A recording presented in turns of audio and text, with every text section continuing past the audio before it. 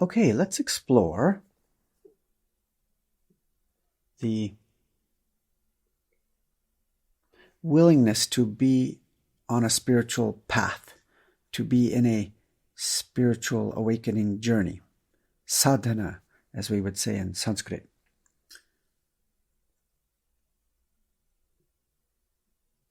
Beware.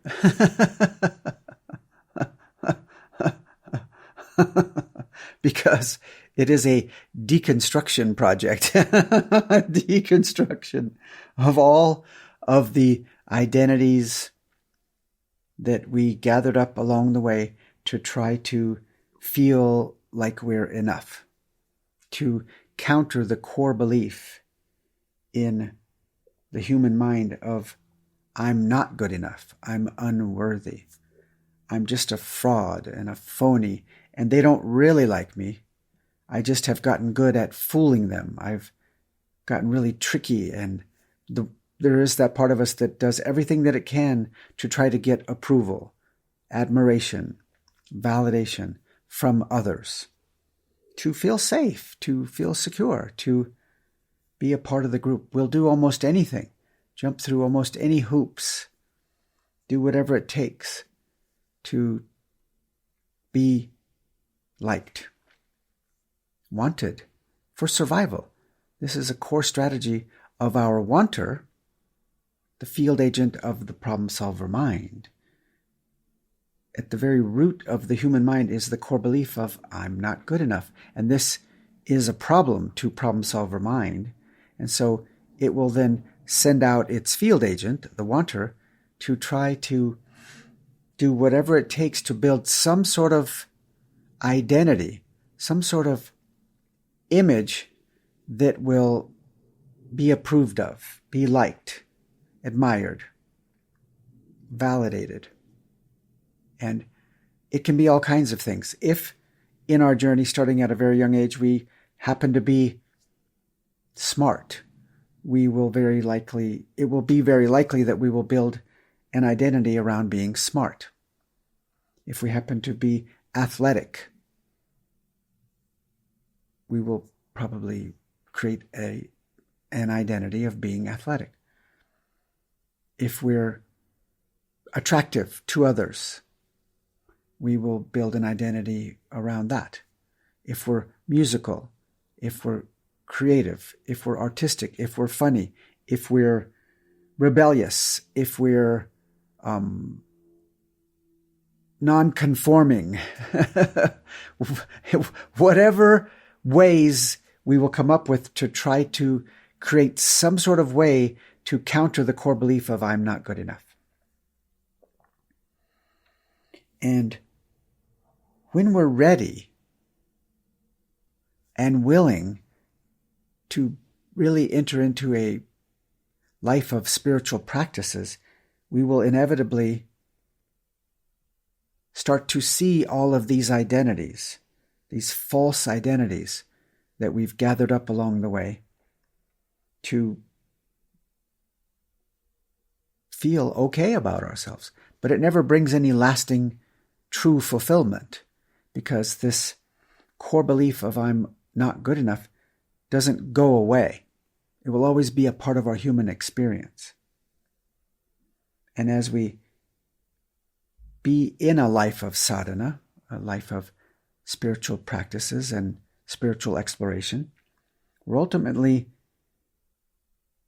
through our practices, going to be invited into the direct experience of our spirit, of our eternal essence.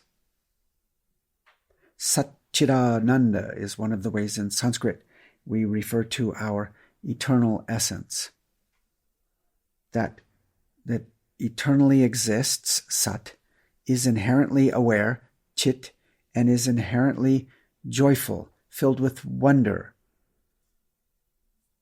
bliss, but not blissed out, blissed in, full acceptance, creativity, playfulness. This is all Ananda. All these words are an attempt in English to describe Ananda. So we are Sat Chit Ananda.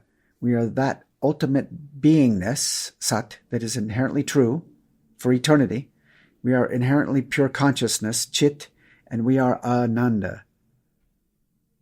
Equanimity, ease, natural playfulness, inherent creativity, joy and wonder, Ananda. These are our natural, inherent characteristics. Now, when we choose to come into a human life, we enter into this experience. The mind is going to have a core belief of, I'm no longer that. It's a separation construct when you come into a human life. There's a belief that we're separate from our inherent, natural, eternal loveliness. And that creates the core belief in the human mind of, I'm unworthy, I'm not good enough, because I'm no longer of the source. I'm separate from source. I'm not of the source. I'm despicable, unwantable, unlovable.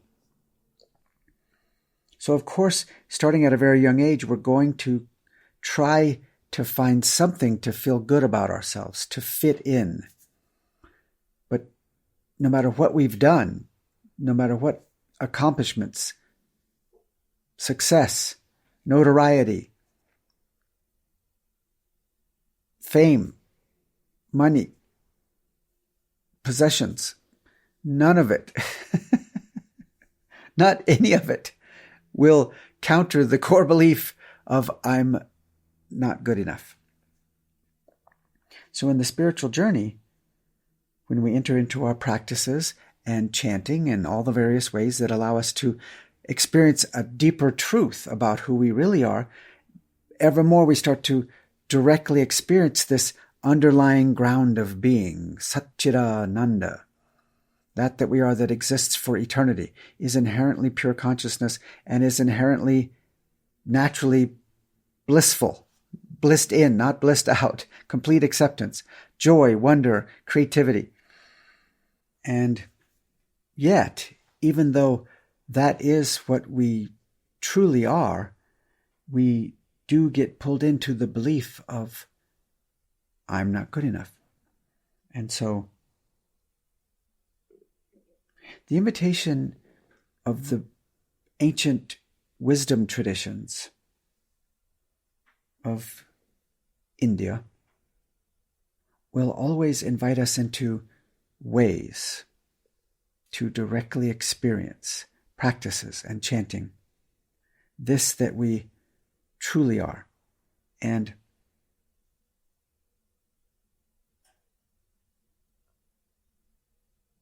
for most of us, it's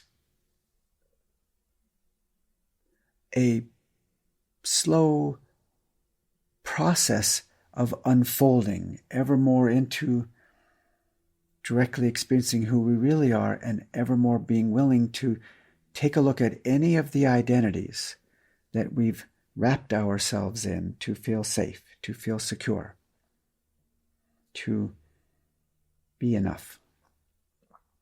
And this is not easy, to be willing to deconstruct from all of those identities that we felt that we needed to be okay. And yet, it is essential to be willing.